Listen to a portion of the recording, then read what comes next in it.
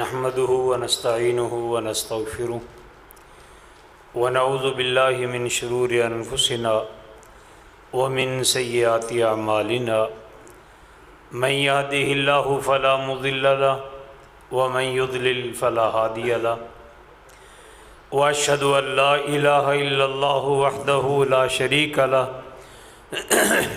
واشهد ان محمدا عبده ورسوله۔ حضرات،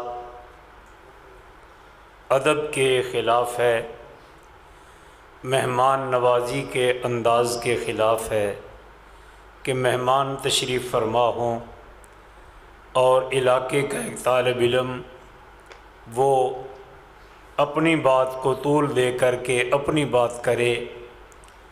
بہتر تو یہی تھا کہ مہمان علماء کرام کو زیادہ وقت دیا جاتا، وہ اپنے اپنے انداز میں بات کرتے، ہم اپنی جھولیاں پھیلا کر کے ان کی باتوں کو جھولیوں میں سمیٹتے اور مسجد میں بیٹھ کے اللہ سے عہد کرتے کہ اللہ آج تک جو سیاہی اپنے نامہ اعمال پہ پھیلا چکے آج تو ہمیں معاف کر دے، آئندہ ہم ان باتوں سے گناہوں سے گریز کریں گے۔ کیوں جی، ایسے ہی ہے، چاہیے نا، مہمانوں کی عزت افزائی بھی اور اپنے پاپوں کی دھلائی بھی۔ چونکہ دعوت دی گئی، مناسب نہیں کہ دعوت کو رد کیا جائے۔ صرف چند جملوں میں ایک بات سمجھانے کی جسارت کر رہا ہوں۔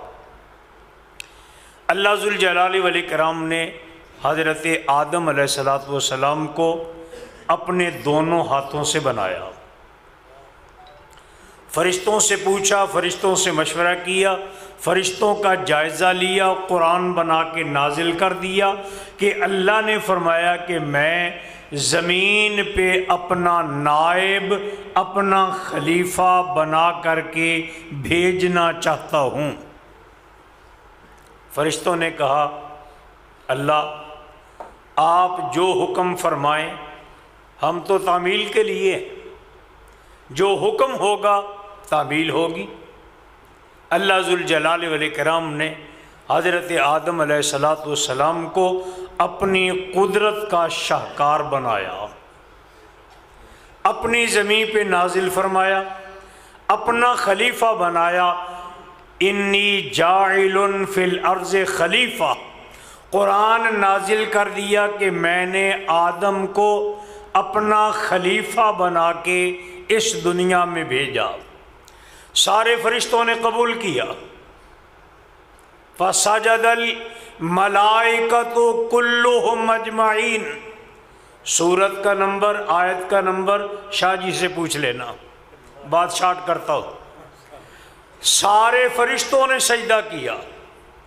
فرشتوں میں گھسا ہوا ایک، کون؟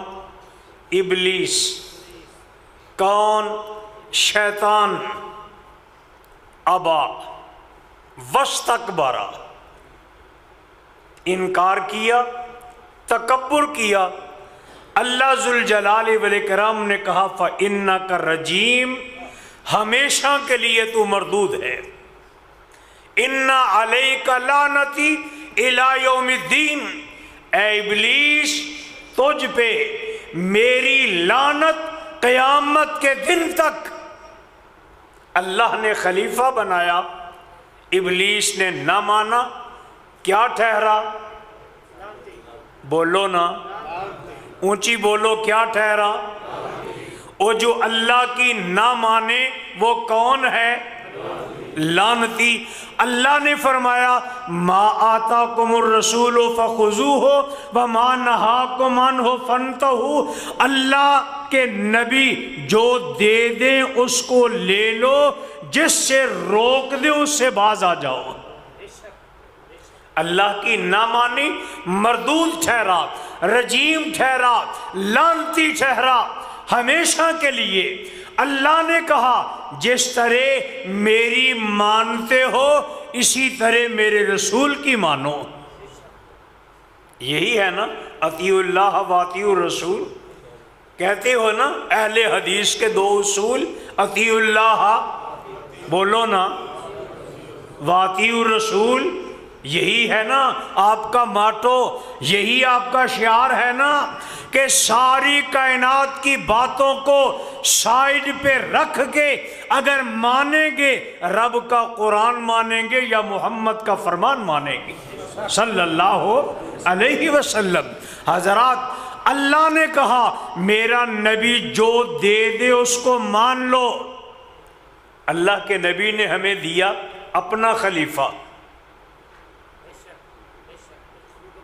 یاد ہے نبی کریم صلی اللہ علیہ وسلم بیمار ہوئے، بیماری کی حالت میں سیدہ عائشہ کے حجرہ میں تشریف فرما، وہاں سے حکم جاری ہوا مرو ابا بکر فلیصلی بالناس، جاؤ میرے ابو بکر سے کہو میری مسجد میں میرے مصلی پہ کھڑے ہو کے میری امت کے سب سے اعلیٰ مقتدیوں کی امامت کروائیں، ابو بکر سے کہو نماز پڑھائیں۔ ایسے ہی ہے، حدیث کا حوالہ پوچھ لینا شاہ جی سے، ٹھیک ہے، حق بنتا ہے نا پوچھنا۔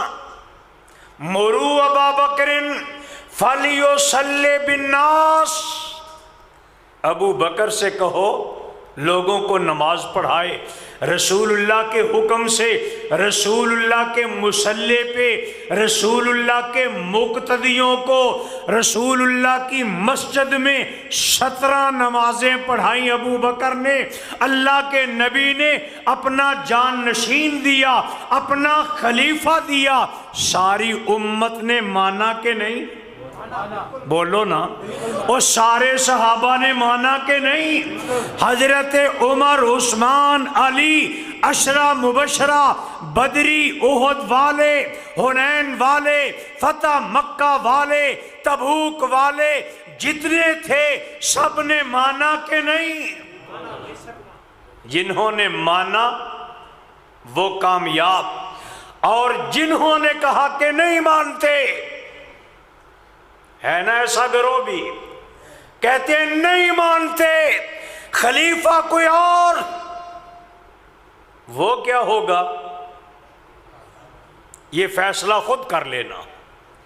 بات ہے سمجھانے کی کہ اللہ نے جسے اپنا خلیفہ بنایا اس کو ماننے والے فرشتے اور نہ ماننے والا مردود۔ رسول اللہ نے جسے خلیفہ بنایا اس کو ماننے والے صحابہ، اس کو ماننے والے مومن، اور اس کو خلیفہ نہ ماننے والا وہ کون ہوگا؟ وہ فیصلہ خود کر لینا۔ اگر بات سمجھ آئی ہے اس کو پھیلانا، اس کو آگے پہنچانا، کہ ایسے نہیں کہ جو چاہو کر لو، بلکہ حکم ہے اللہ کی مانو، رسول اللہ کی مانو، اللہ اپنی اور اپنے رسول کی ماننے والا بنا دے۔ وآخر دعوانا الحمدللہ رب العالمین۔ جزاکم اللہ، ماشاءاللہ۔